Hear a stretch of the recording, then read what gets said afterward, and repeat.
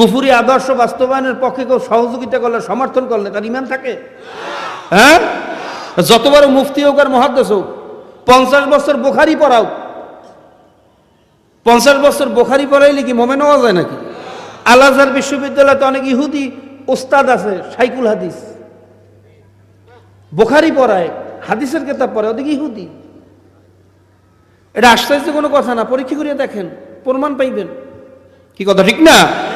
ক্যালকাটা আলিয়া মাদ্রাসায় 32 জন প্রিন্সিপাল ছিল, সব খ্রিস্টান। এটা মাদ্রাসার প্রিন্সিপাল। আল্লাহ পাক আমাদের সকলকে বোঝার তৌফিক দান করুন। অনেকে বলে হুজুর এই ভোটের পদ্ধতি এটা তো গণতান্ত্রিক ডেমোক্রেসি পদ্ধতি, কুফরি পদ্ধতি। আগে নাউজুবিল্লাহ করুন। ভাইরা, ভোট হলো নেতা নির্বাচনের একটা প্রক্রিয়া, নেতা নির্বাচনের একটা পদ্ধতি। আমাদের অনেক সময় মাদ্রাসার কমিটি গঠন হয়, সভাপতি সেক্রেটারি বানাই, সেটাও তো ভোটের মাধ্যম হয়, সেটা কুফরি হয় না? কথা কয় না? কিছুদিন আগে যে বেফাকের কমিটি গঠন হইল, সভাপতি নির্ধারণ হইল, সেটা কিসের মাধ্যমে হয়েছে? তো সেটা কুফরি হয় না? জায়গায় ফতুয়া নাই, ফতুয়া হইলে এই জায়গায়। হ্যাঁ, যখন একটু স্বার্থ ছুটিয়ে যায়, তলসা ছুটিয়ে যায়, তখনই আপনাকে মুখ দিয়ে ফতুয়া বাইর হয়। কি কথা কন না খা? পদ্ধতি নেতা নির্বাচনের এক এক যুগে এক এক রকমের ছিল, এক এক ভাবে হইছে। কি কথা ঠিক না? আল্লাহ রাসূল সাল্লাল্লাহু আলাইহি সাল্লাম নেতা নির্বাচন হয়েছেন এক পদ্ধতিতে, আবু বকর সিদ্দিক রাদিয়াল্লাহু তাআলা হয়েছেন আবার অন্য পদ্ধতিতে। কি কথা ঠিক না? এইভাবে যুগে যুগে বিভিন্ন পদ্ধতিতে নেতা নির্বাচন হয়। এই ভোট তো একটা নেতা নির্বাচনের পদ্ধতি। পদ্ধতি কুফরি পদ্ধতি হইতে পারে, যেমন খন্দকের যুদ্ধ। কিসের যুদ্ধ? জোরে কোন? খন্দকের যুদ্ধ। এই যে প্রক্রিয়া বা এই পদ্ধতি, এটা কি মুসলমানদের পদ্ধতি ছিল? সালমান ফারসি রাদিয়াল্লাহু তাআলা আনহু আল্লাহ রাসূল সাল্লাল্লাহু আলাইহি সাল্লামকে পরামর্শ দিয়েছেন, ইয়া রাসূলুল্লাহ, ইয়া হাবিবাল্লাহ, আমাদের দেশে, কার দেশে? সালমান ফারসি রাদিয়াল্লাহু তাআলা আনহুর দেশ ছিল পারস্য। পারস্য কোনো মুসলমানদের দেশ ছিল না, সেটা মাজুসিদের দেশ, অগ্নিপূজক মূর্তি পূজকদের দেশ ছিল। আমাদের দেশে এই খন্দক নামক পদ্ধতিতে শত্রুর মোকাবেলা করা হয়। তাহলে খন্দক নামক পদ্ধতিটা এটা মুসলমানদের পদ্ধতি না, এটা হলো কাফেরদের পদ্ধতি। কি কথা ঠিক না? সেই পদ্ধতিতে আল্লাহ রাসূল সাল্লাল্লাহু আলাইহি সাল্লাম কাফের মুশরিকদের মোকাবেলা করেন না? কথা কয় না? করছেন। তো সেটা কুফরি পদ্ধতি হয় না? আচ্ছা, আল্লাহ রাসূল সাল্লাল্লাহু আলাইহি সাল্লাম যখন কাফেরদের মোকাবেলায় নামছেন, ঘোড়ার পিঠে চড়ছেন। আবু জেহেল ঘোড়ার পিঠে চড়ে নাই? কথা কয় না? আল্লাহর রসুলও বর্ম গায়ে দিয়েছেন, আবু জেহেল বর্ম গায়ে দেয় না? আল্লাহর রসুলও তলোয়ার নেছেন, আবু জেহেল তলোয়ার নেয় না? আল্লাহর রসুলও শিরস্থান মাথায় দিয়েছেন, আবু জেহেল শিরস্থান মাথায় দেয় না? দেখতে তো একই, পদ্ধতি কি? কথা কয় না? পদ্ধতি এক না ভিন্ন? কিন্তু আল্লাহর রসুল সাল্লাল্লাহু আলাইহি সাল্লামের উদ্দেশ্য ছিল আল্লাহ এবং আল্লাহ রসুলের আদর্শ বাস্তবায়ন করা, আর আবু জেহেলের উদ্দেশ্য ছিল শয়তানের আদর্শ বাস্তবায়ন করা। যদিও দেখতে এক, উদ্দেশ্য ভিন্ন হওয়ার কারণে একটা হবে জিহাদ আর একটা হবে ফাসাদ। কি কথা ঠিক না? ঠিক তদ্রূপ এই বস্তুবাদী গণতন্ত্রবাদীরাও ইলেকশন করে, আমরাও ইলেকশন করি। তারাও পোস্টার লাগায়, আমরাও পোস্টার লাগাই। তারাও লিফলেট দেয়, আমরাও লিফলেট দেই। তারাও ব্যানার করে, আমরাও ব্যানার করি। তারাও বক্তব্য দেয়, আমরাও বক্তব্য দেই। দেখতে কি? দেখতে সবাই বলেন উদ্দেশ্য? আমাদের উদ্দেশ্য হলো আল্লাহ এবং আল্লাহর রসুলের আদর্শ বাস্তবায়ন করা, আর এই বস্তুবাদীদের উদ্দেশ্য হলো আবু জেহেল এবং নমরুদের আদর্শ বাস্তবায়ন করা। যদিও দেখতে এক, উদ্দেশ্য ভিন্ন হওয়ার কারণে একটা হবে জিহাদ আর একটা হবে ফাসাদ। কি কথা ঠিক না বেঠিক? এরপরেও যারা বলেন আমরা সিয়াসত পছন্দ করি না, আমরা রাজনীতি পছন্দ করি না, সিয়াসত মে হালাকাত হয়, আমি ওই সমস্ত বন্ধুদেরকে বলবো, এই কথা যদি বলেন তাহলে ঈমান ঠিক থাকবে না। কারণ আপনি যদি বলেন আমি রাজনীতি পছন্দ করি না, তা আল্লাহ রসুল সাল্লাল্লাহু আলাইহি সাল্লাম রাষ্ট্র পরিচালনা করেন না, রাজনীতি করেন না, তাহলে তো আপনি আল্লাহ রসুলের কাজটাই পছন্দ করলেন না। কথা কয় না, আরো জোরে কন। আল্লাহ রসুলের পরে চার সাহাবা খয়রুন নাসি বাদাল আম্বিয়া আবু বকর সিদ্দিক রাদিয়াল্লাহু তাআলা আনহু, সুম্মা ওমর, সুম্মা ওসমান, সুম্মা আলী, জেনাদের মর্তবা আম্বিয়া কেরামদের পরে সবচেয়ে বেশি। তেনারা প্রত্যেকে রাষ্ট্রপ্রধান ছিলেন না? জোরে কন। যারা বলে আমার প্রতিষ্ঠান রাজনীতি মুক্ত, আমার দরবার রাজনীতি মুক্ত, ভাইরা, হযরত দরখাস্তি রহমাতুল্লাহ আলাই ওলামায়ে হিন্দকে শানদার মাজির মধ্যে লেখছেন, ব্রিটিশ 200 বছর শাসন করিয়া ওলামায়ে কেরামদের ভিতরে একটা জিনিস ঢুকাইতে সক্ষম হয়েছে, সেটা হলো আমি অরাজনৈতিক সংগঠন, আমি অরাজনৈতিক প্রতিষ্ঠান, রাজনীতির সাথে আমার কোনো সম্পর্ক নাই। আচ্ছা বলেন তো, এই রাষ্ট্র পরিচালনা করবে কারা? যারা রাজনীতির সাথে সম্পর্ক তারা, যারা সম্পর্ক না তারা? কতক্ষণ? তাহলে ব্রিটিশ তো এইটাই চাইছে, আমরা সারা জীবন শোষিত থাকবো, গোলাম হয়ে থাকবো, আর ওরা সারা দুনিয়ায় বাদশাহী করবে। কি কথা ঠিক না? যারা বলেন রাজনীতির সাথে ধর্মের কোনো সম্পর্ক নাই, রাজনীতির সাথে ইসলামের কোনো সম্পর্ক নাই, গৌতম বুদ্ধের সাথে আপনার বাইরা রাষ্ট্রের কোনো সম্পর্ক নাই। অন্য ধর্ম আর ইসলাম ধর্ম এক না। যেমন হিন্দুদের রাষ্ট্রপ্রধান ছিল, বাইরা ধর্মীয় প্রধান ছিল শ্রীকৃষ্ণকে মুখস্থ করেন, কে? সে শুধু ধর্মের প্রধান ছিল, রাষ্ট্রের প্রধান। গৌতম বুদ্ধ, সে শুধু ধর্মের প্রধান ছিল। বৌদ্ধদের প্রধান, সে শুধু ধর্মের প্রধান ছিল, রাষ্ট্রের প্রধান। গুরু নানক শিখদের প্রধান, সে শুধু ধর্মের প্রধান ছিল, রাষ্ট্রের প্রধান। কিন্তু আমার নবী, কতক্ষণ? জোরে কন। আমার নবী ধর্মেরও প্রধান, ধর্মেরও প্রধান। তা যারা বলেন ধর্মের সাথে রাষ্ট্রের কোনো সম্পর্ক নাই, আমি বলবো, আপনি শ্রীকৃষ্ণের উম্মত হইতে পারেন, আপনি গৌতম বুদ্ধের উম্মত হইতে পারেন, আপনি গুরু নানকের উম্মত হইতে পারেন, কিন্তু নবী মুহাম্মদের উম্মত হইতে পারেন না। এ কথা ঠিক না ঠিক? যদি নবী মুহাম্মদের উম্মত হইতে হয়, তাহলে ধর্মের সাথে রাষ্ট্রের সাথে মিল এটা স্বীকার করতে হবে। আল্লাহ পাক রব্বুল আলামিন আমাদের সকলকে বোঝার তৌফিক দান করুন।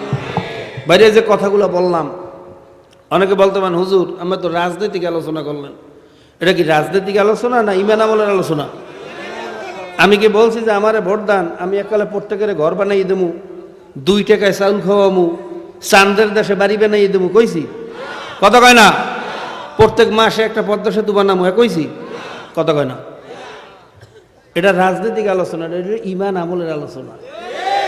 কারণ বর্তমান জমানায় বাংলাদেশে এইটাই বড় সমস্যা। নাম দেয় মুসলমান, আদর্শ বাস্তবায়ন করে কাফেরের আদর্শ। কিসের মুসলমান আপনি? যারা জেনাকে বৈধতা দেয়, টাকার বিনিময়ে বলে পুরস্কার যাই জেনা করা যায়, বারে যাইয়ে মদ খাওয়া যায়, এই কুফুরি আদর্শকে যারা সমর্থন করে, সহযোগিতা করে, বাইরে তার ঈমান থাকতে পারে? জোরে বলেন, পারে? আল্লাহ পাক রব্বুল আলামিন আমাদের সকলকে কামেল মুমিন হওয়ার তৌফিক দান করুন। তবে ঈমান হলো সবচেয়ে বড় দামি জিনিস, কথা ঠিক না? কিন্তু আফসোস এবং পরিতাপের বিষয় হলো বর্তমান জমানায় আমরা অজুর ফজিলত জানি, অজু ভঙ্গের কারণও জানি, নামাজের ফজিলত জানি, নামাজ ভঙ্গের কারণও জানি, কিন্তু ইমানের ফজিলত জানি না, ইমান ভঙ্গের কারণও জানি না। কথা ঠিক না?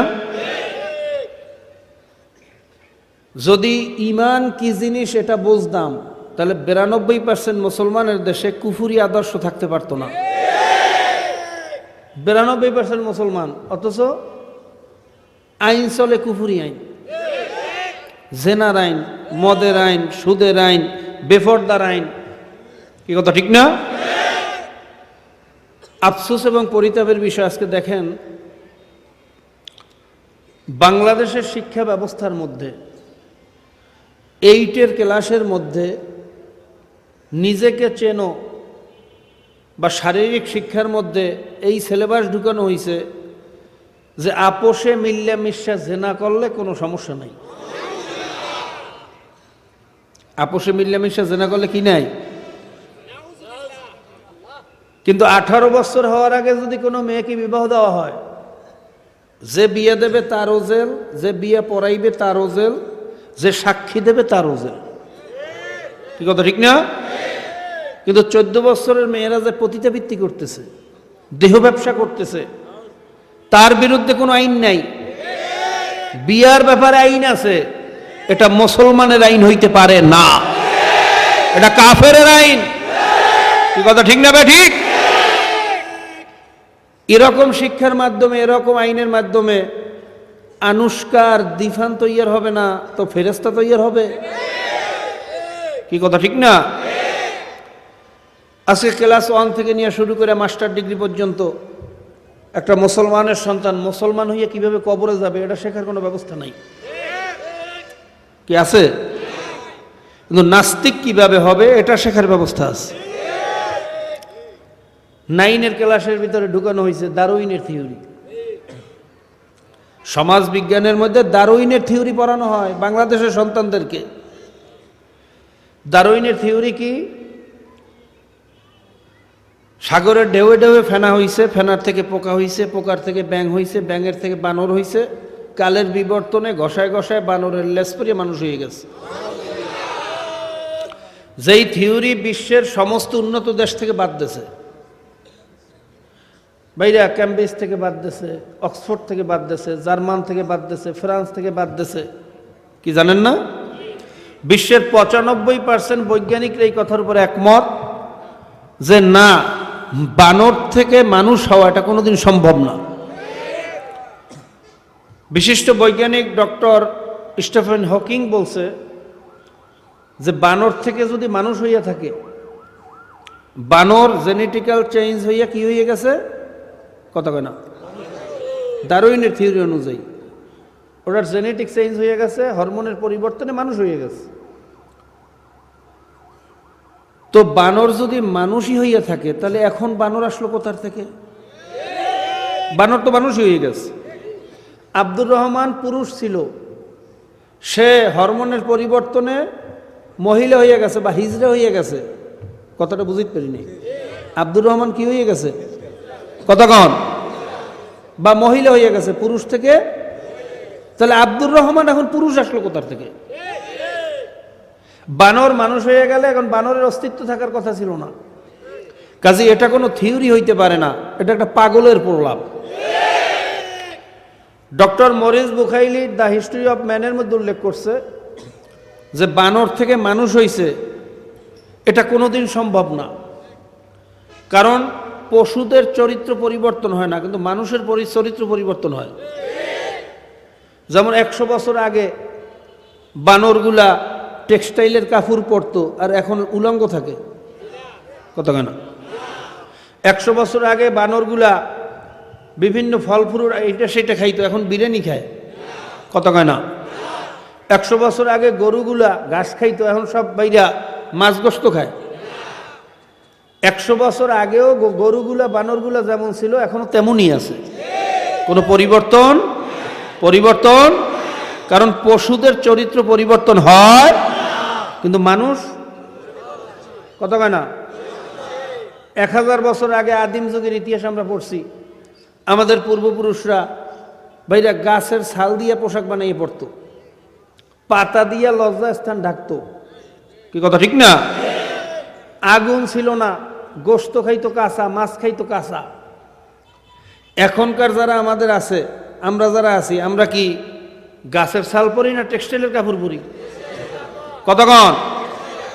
আমরা কি এখন গোশত মাছ কাঁচা খাই না পাক করিয়ে খাই? মশলা দিয়ে খাই না মশলা ছাড়া খাই? তাহলে মানুষ পরিবর্তন হয়, পশু পরিবর্তন হয়? জোরে বলেন হয়? একটা বাইরা বাঘ না খাইয়ে মরলেও ঘাস খাইবে না, একটা গরু না খাইয়ে মরলেও গোশত খাইবে না। তার মানে পশুদের কি হয় না? ডক্টর মরিস বুখাইলি বলতেছে যে বানর থেকে যদি মানুষ হইতো, মানুষের চরিত্র যে পরিবর্তন হয় এইটা পশুদের হয় না, কাজে বানর থেকে মানুষ হওয়া কোনোদিন সম্ভব না। এই থিওরি যে দেশে সেটাও পাগল, যে এটা বিশ্বাস করে সেটাও পাগল, যে এইটা পড়ায় সেটাও পাগল, যেটা বাংলাদেশের সিলেবাসে ঢুকেছে এটা ডবল পাগল। কি কথা ঠিক না ভাই? ঠিক। বানর থেকে মানুষ হয়েছে, এই শিক্ষা দেয় মুসলমানদের দেশে। আল্লাহ পাক রব্বুল আলামিন এই নাস্তিক শিক্ষা ব্যবস্থা থেকে আমাদেরকে হেফাজত করুক। ভাইরা, মুসলমানি শিক্ষার তো ব্যবস্থা নাই, কিন্তু নাস্তিক বানানোর ব্যবস্থা আছে। এই 92% মুসলমানের দেশে এইটার বিরুদ্ধে আমাদের চেষ্টা করা লাগবে না? লাগবে না? জোরে কন। এটা পরিবর্তন করার চেষ্টা করা লাগবে না? কেমনে করবেন? বেশি বেশি তাহাজ্জুদ করিয়া, কথা কন, বেশি বেশি বুখারী খতম দিয়া, পাগড়ি ৭ জায়গায় ১৪ বানাইয়া, হ্যাঁ? আল্লাহ রসুল সাল্লাল্লাহু আলাইহি সাল্লাম বলছেন, শত্রু যখন যেই পদ্ধতিতে আসবে মোকাবেলা ওই পদ্ধতিতে করতে হইবে। ওরা আসছে কুফুরি সিলেবাস নিয়ে মুসলমানদেরকে নাস্তিক বানানোর জন্য, মুসলমানদেরকে নামতে হইবে ইমানের সিলেবাস নিয়ে মুসলমানের সন্তানদেরকে মুসলমান বানানোর জন্য। কি কথা ঠিক না ভাই? ঠিক। এই জন্য আমাদের শায়খ মুর্শিদ হযরত পীর সাহেব হুজুর চরমনাই নওয়ারাল্লাহু মারকাদাহু ৬৮,০০০ গ্রামে ৬৮,০০০ কোরআনী মার্কাজ কায়েম করার জন্য বাংলাদেশ কোরআন শিক্ষা বোর্ড গঠন করছেন। সবাই বলুন আলহামদুলিল্লাহ। শুনলে খুশি হইবেন, প্রায় ১৭ থেকে ১৮,০০০ মাদ্রাসা বাংলাদেশ হয়ে গেছে। ৬.৫ থেকে ৭,০০০ মাদ্রাসা এই বোর্ডের নিয়ন্ত্রণে চলতেছে। বোর্ডের মাধ্যমে পরীক্ষা হয়, বোর্ডের নিয়ন্ত্রণে অডিট হয়। এই মাদ্রাসাও তার একটা ফসল। জোরে কোন আলহামদুলিল্লাহ। কাজী মাদ্রাসা জিন্দা রাখা এটা শুধু মাদ্রাসা না, এইটা বর্তমান জমানায় মুসলমানের জন্য একটা জিহাদ, এটা একটা ইমানি দায়িত্ব, এটা আমাদের ইমানি কাজ। আল্লাহ পাক রব্বুল আলামিন আমাদের সকলকে মাদ্রাসাকে জিন্দা রাখার তৌফিক দান করুন। এই তো গেল শিক্ষার অবস্থা। সমাজের অবস্থা কি ভাই? কথা বলার পরে যে কোন কোন করে ওটা বন্ধ করেন। মাইকের মেশিন কোন জায়গায়? আর ওই ইকো টিকো থাকলে জিরো করিয়ে দেন। আমরা ব্যক্তিগত জীবনে কিছুটা সুন্নাতের আমল করি, সুন্নাতকে জিন্দা করার চেষ্টা করি, সুন্নাতের পাবন্দ দাবি করি, কিন্তু সামাজিক জীবনে ইসলাম আছে? সুন্নাত আছে? কথা কয় না। ব্যক্তিগত জীবনে খুব সুন্নাতের আমল করতেছি, এই যে রাস্তা দিয়ে হাঁটতে আসলাম, সুন্নাত তরিকা অনুযায়ী আসতে পারছি? কথা কয় না। গাড়ি কি সুন্নাত তরিকা অনুযায়ী চালাইতে পারি? বিবাহ বন্ধনের রেজিস্ট্রেশন সুন্নাত তরিকা অনুযায়ী করতে পারি? ব্যবসার চুক্তিপত্র সুন্নাত তরিকা অনুযায়ী করতে পারি? জোরে কন। এ জায়গায় সুন্নাত কায়েম করা লাগবে না? বিচার ব্যবস্থায় সুন্নাত আছে? কথা কন। কেসাসের আয়াত বা শরিয়াতের বিধান অনুযায়ী মুসলমানের দেশের বিচার হয়? এ জায়গায় কি সুন্নাত কায়েম করা লাগবে না? কথা কন। কেমনে করবেন? বেশি বেশি তাহাজ্জুদ করিয়া, হ্যাঁ, জঙ্গলে যাই ইবাদত করিয়া, কথা কন না কা। শত্রু যখন যেই পদ্ধতিতে আসে মোকাবেলাও, জোরে কন, এটার মোকাবেলা খালি তাহাজ্জুদ পড়লে হবে না, ২৪ ঘন্টা পাগড়ি বাঁধতে থাকলে হবে না, সারা জীবন দোয়া করলে হবে না, পাহাড়ে গিয়ে ইবাদত, জঙ্গলে গিয়ে ইবাদত করলে হবে না। এটার মোকাবেলা করতে হবে ওরা যেভাবে কুফরি আদর্শ বাস্তবায়ন করে, কুফরি আইন পাশ করে, আমাদেরকেও মুসলমানদেরকেও এরকম ইমানের আইন, ইসলামের আইন পাশ করতে হইবে। কি কথা ঠিক না? ওরা কুফরি আইনগুলো কেমনে পাশ করে? এই মুসলমান সন্তানদের সমর্থন নিয়া, ধোকা দিয়া বোকা বানাইয়া, ধোকা দিয়া, জোরে কন, কেউ টাকার বিনিময়ে গরু ছাগলের মতো কিনিয়া, কত কেন ভাইরা, আমাদের একটা আশ্চর্য লাগে। আমরা দেখছি বাজারে গরু ছাগল বিক্রি হয় টাকার বিনিময়ে। কিসের বিনিময়ে? জোরে কন। তাও একটা গরুর দাম মোটামুটি হইলো কমপক্ষে 50,000, 1 লাখ, 1.5 লাখ, 2 লাখ, 5 লাখ, 6 লাখ, কথা ঠিক না? কিন্তু আমাদের দেশে দেখবেন 5 টাকার চায়ের বিনিময়ে কল্লা বিক্রি হয়ে যায়। ইলেকশনের সময় 1000 টাকার নোটের বিনিময়ে মাথা বিক্রি করিয়ে দেয়।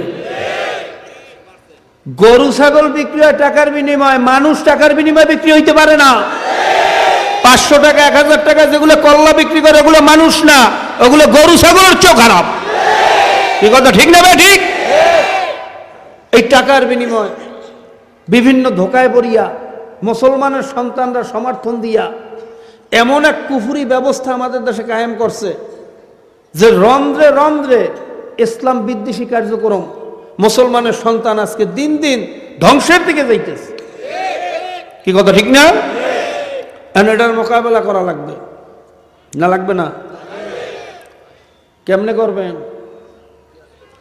ওরা ভোটের মাধ্যমে আমাদের সমর্থন নিয়ে কুফরি আইন পাশ করে, এটার মোকাবেলা করতে বাইরে তাহাজ্জুদ পড়লে হবে না? আমাদেরকে ভোটের মাধ্যমে এটার মোকাবেলার চেষ্টা করতে হইবে না? ক্ষমতা করার লই করবেন?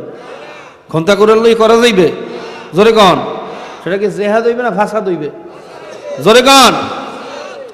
এই জায়গায় আবার অনেকে বলে, আপনারা বিরক্ত হন না তো? অনেকে মনে করে হুজুরে কি আলোচনা শুরু করলে, একটু কেসা কাহিনী কইবে, ফজিলতের বয়ান করবে, এই আমল করো ওই সোয়াব, ওই আমল করো ওই সোয়াব, এই আমল করতে পারলে সবাই বিনা হিসাবে জান্নাতে চলিয়ে যাবা, 14 গোষ্ঠী সব জান্নাতে যাইবে। এত সোয়াব রাখবেন কই? ইমানের দি তলা ফুটো হয়ে রয়েছে। হ্যাঁ, খালি ফজিলতের বয়ান করেন আর ফজিলতের বয়ান শোনেন, ইমান ঠিক আছে কিনা পরীক্ষা করিয়ে দেখছেন? 92% মুসলমানের দেশে কুফরি আদর্শ বাস্তবায়ন হইতেছে, আর এর মুসলমানরা সমর্থন দিতেছে। বাইরে যে কথাগুলো বললাম একটু চিন্তা করিয়া বলেন তো, এগুলো কি আমার বানান্য কথা না বাস্তব সত্য কথা? কোরআন হাদিসের পক্ষে হয়েছে না বিরুদ্ধে হয়েছে? জোরে কন। ইসলাম মুসলমানের পক্ষে কইলাম না বিরুদ্ধে কইলাম? এরপরে একদল মানুষ দেখবেন যেই সেই, কি থাকবে না? থাকবে না? এগুলোর সব কপাল পরে আবু জেহেল মার্কা। কি মার্কা? বলতে পারেন হুজুর আমাদেরকে আবু জেহেলের কাতারে ফেলাইলেন, দোষ তো আমাদের না, দোষ আপনাদের, আপনারা ঠিকমতো বুঝাইতে পারেন না, এই জন্য সেটা বুঝি না।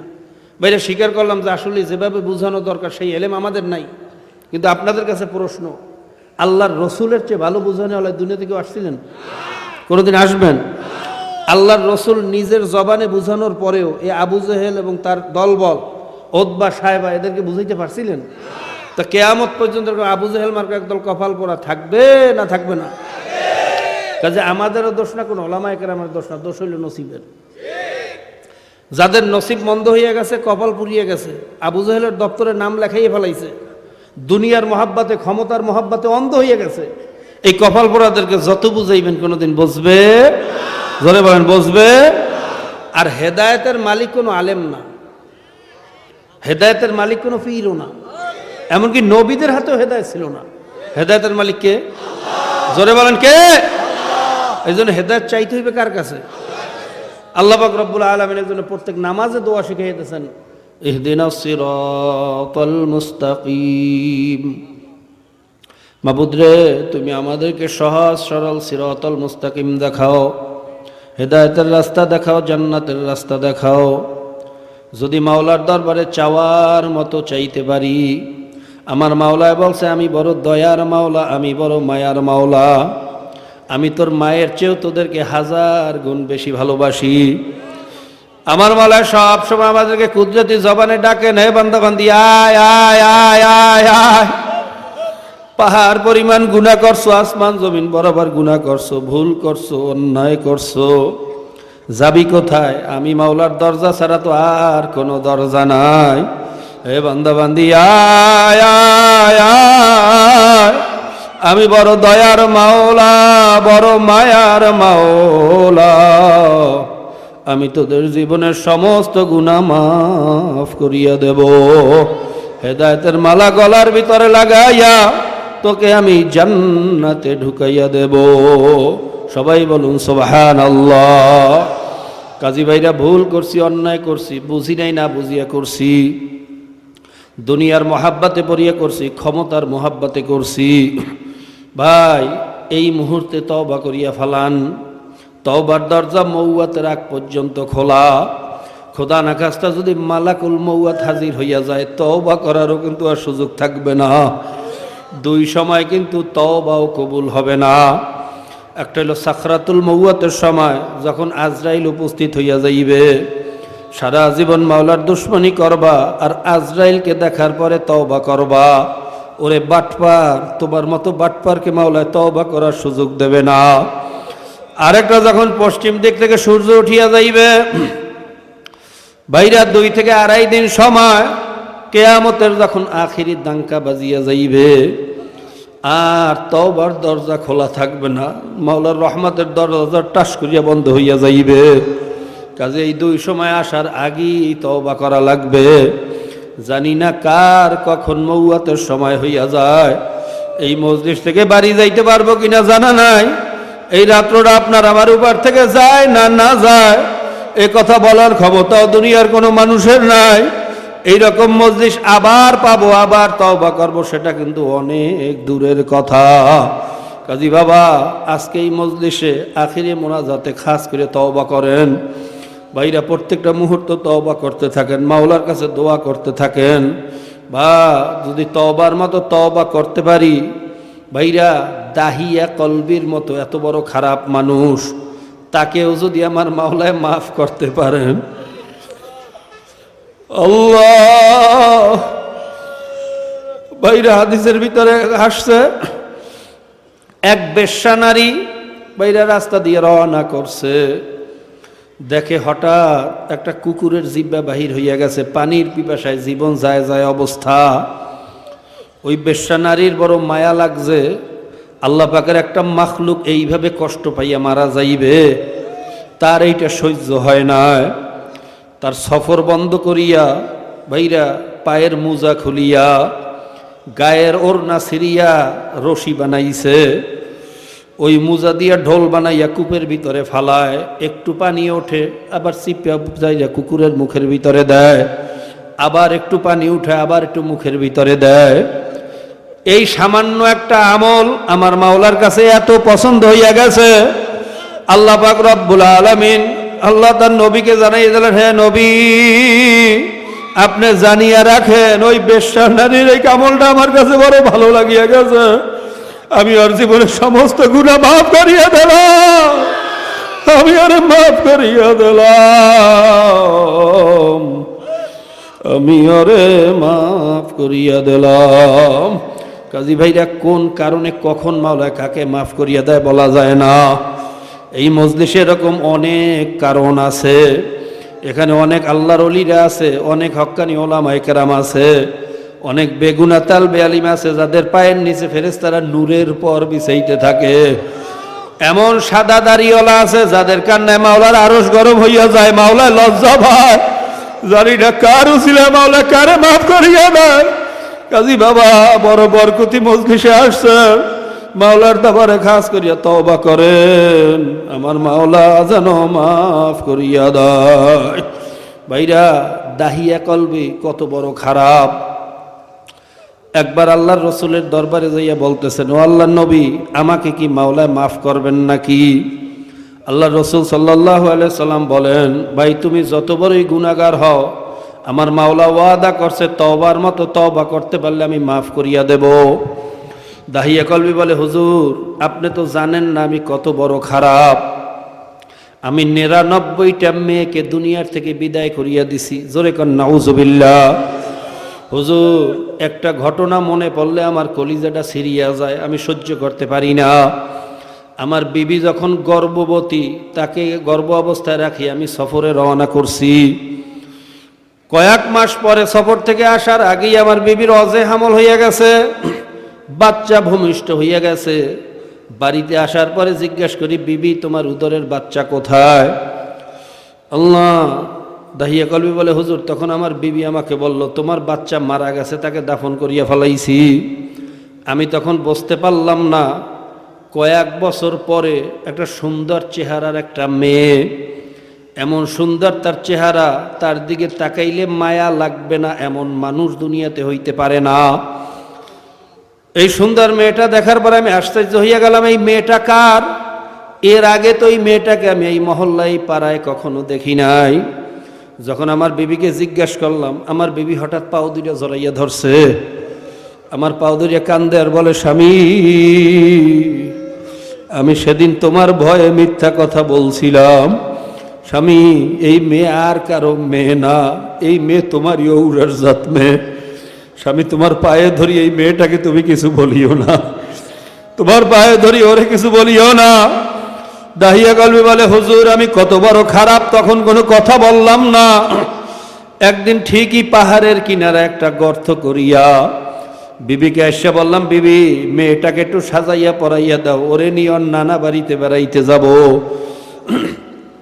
আল্লাহ, আমার বিবি বসতে পারলো না, মেয়েটাকে সাজাইয়া পরাইয়া দিল। আমি ওকে নিয়ে নানা বাড়ির কথা বলিয়া পাহাড়ের দিকে যখন রওনা করছি, আমার মেয়ে তো একটু বড় হয়েছে, সে তার নানা বাড়ির রাস্তা চেনে। আমাকে বলে, আব্বা আমাকে কোথায় নিয়ে যাইতেছেন, এটা তো আমার নানা বাড়ির রাস্তা না।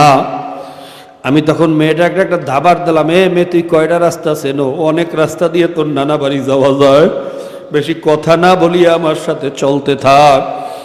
হুজুর আমার ধাবার খাওয়ার পরে মেয়েটা চুপ হয়ে গেছে, ভয় আর কোনো কথা বলে না। আমার সাথে আস্তে আস্তে আস্তে আস্তে সেই পাহাড়ের কিনারায় গর্তের কাছে যখন গেল, ওই গর্তের দিকে তাকানোর সাথে সাথে আমার মেয়ে ঘটনা বুঝিয়া ফেলাইছে।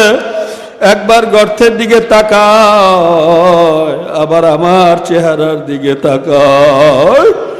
হঠাৎ আমার পাও দুইটা জড়াইয়া ধরছে, আব্বা আপনার পায়ে ধরছি, আমারে আপনি মারিয়েন না।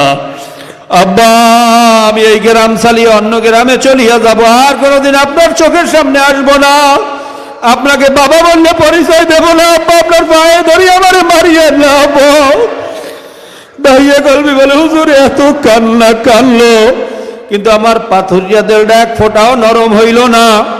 ওই অবস্থায় মেয়েটারে জোর করিয়া টানতে টানতে হাসরাইতে হাসরাইতে ওই গর্তের ভিতরে নিয়ে ধূপ করিয়া ধাক্কা মারিয়া ফালাইয়া চিরজীবনের তরে পাথর সাফা দিয়া বাড়িতে চলিয়া আসলাম। আমার বিবি যখন দেখে আমার সাথে মেয়ে নাই, জিজ্ঞাসা করে মেয়ে কোথায়? আমি যখন কোনো জবাব দিতে পারি না, আমার বিবি বুঝিয়ে ফেলাইছে ঘটনা কি হয়েছে।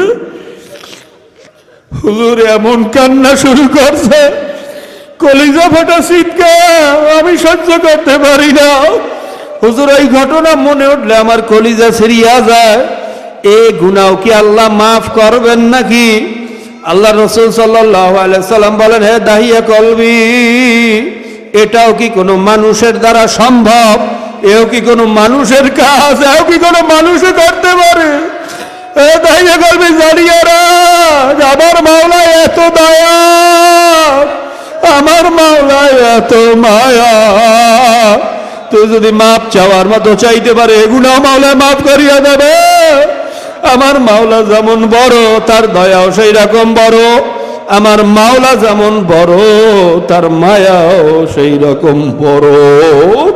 কাজী ভাইরা ভুল করছি, অন্যায় করছি, তওবা করো, মাওলার দরবারে তওবা করো, মাওলার দরবারে মাপ চাও।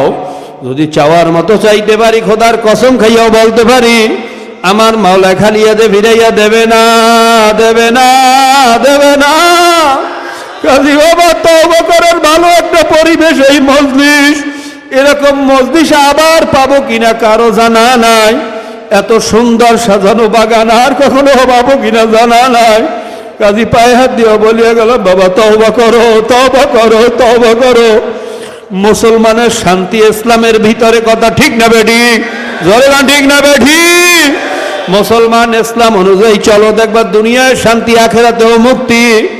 যারা বাইরা বিভিন্ন ধরনের ফতুয়া পরিবর্তন করিয়া চলে, যারা পাক না পাক মিলাইয়া চলে, দেখবা দুনিয়ায় জিল্লতি হইতে আছে, আখেরাতেও জিল্লতি হবে।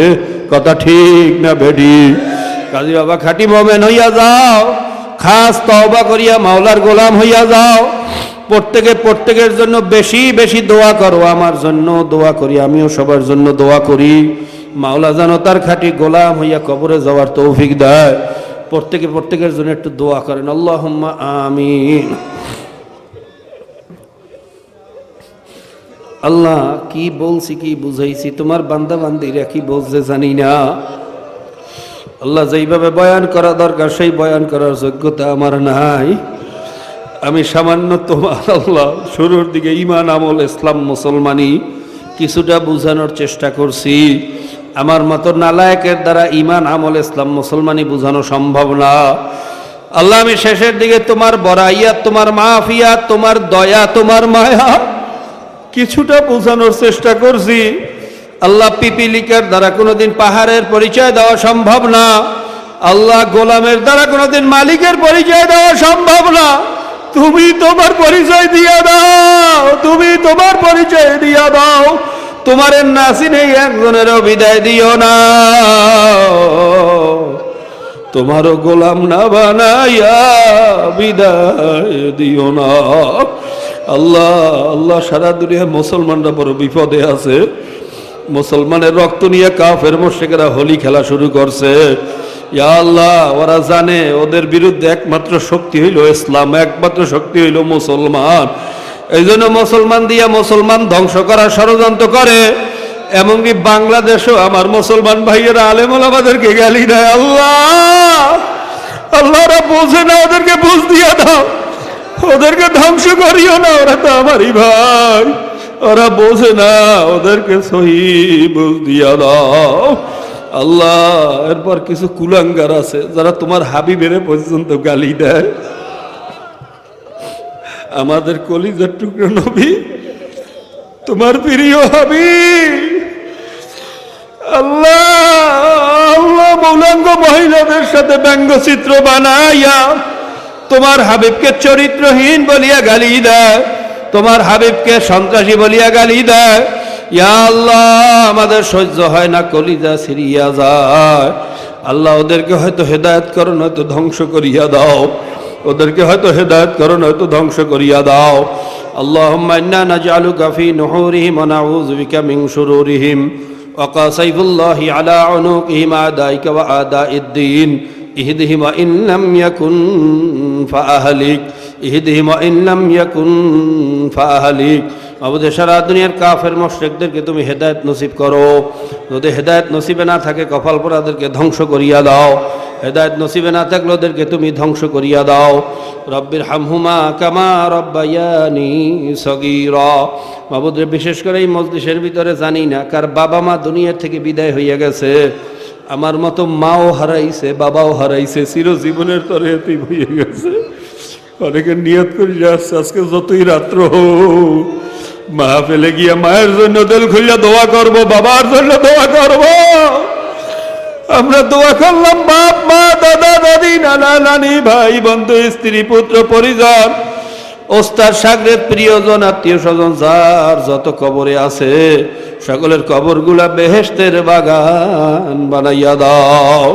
আল্লাহ, বিশেষ করে যাদের উসিলায় মাহফিল হইল, যারা চেষ্টা করলো, খাটনি করলো, দূর দূরান্ত থেকে পর্দার আড়াল থেকে যত মা বোনরাও শরীক হইল, সকলের পর তোমার খাস রহমত নাজিল করো মাওলা।